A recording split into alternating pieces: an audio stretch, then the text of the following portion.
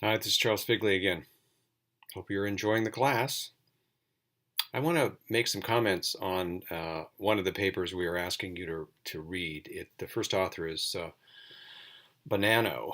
And George Bonano has been a colleague and friend. Actually, in my 1999 book, he has a chapter in it called Factors Associated with Effective Loss Accommodation. And in here, he challenges a lot of the assumptions associated with grief work and bereavement, suggesting that not everyone goes through bereavement and death and dying and and grief in the same way. And indeed, he's suggesting that many people don't have any debilitating grief reaction. Uh, he challenged these assumptions, and he did the same thing in this article.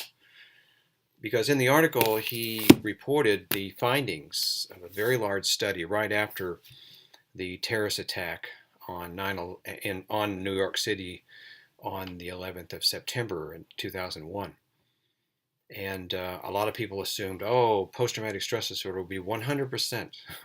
The entire population is so traumatized that they have a mental disability as a result of this.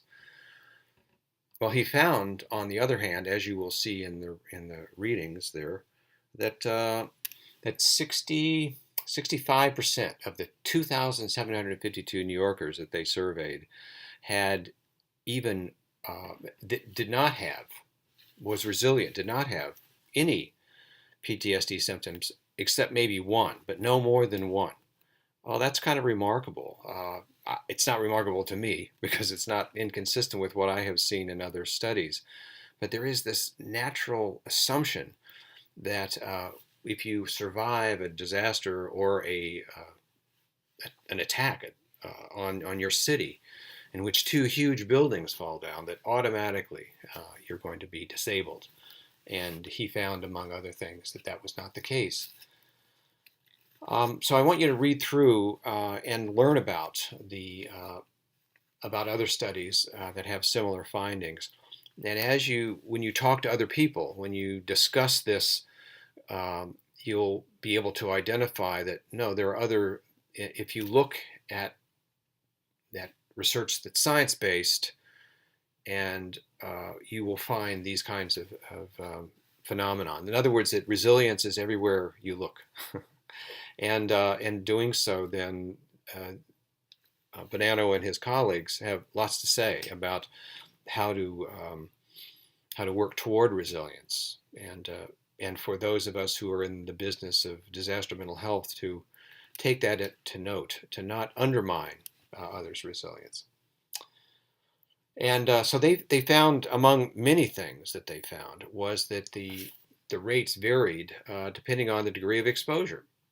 The chart that they identify, the table 3 in particular, it's a couple of pages in terms of the readings, and they identified the numbers of people who were exposed, the total sample, the number of people that saw the attack in person from outside the World Trade Center.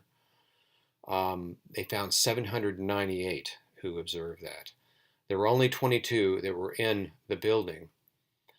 And then those that had friends or relatives that were killed, if they lost any possessions, given that they lived so close or worked so closely there, physical injury, involved in the rescue, all those things, all those factors were important in being able to predict who did or did not develop PTSD or subclinical PTSD. In other words, who had more than one symptom of post-traumatic stress disorder. So the findings, I think, is compelling, and hopefully it suggests to you that with the families that are struggling in Trauma Quest, there's every reason to believe that they will be resilient if they have the right kind of help to both bolster their resilience, and certainly to be better prepared for any other kind of disaster. So I'll talk to you a little bit later after this, after you read a little more and watch some videos.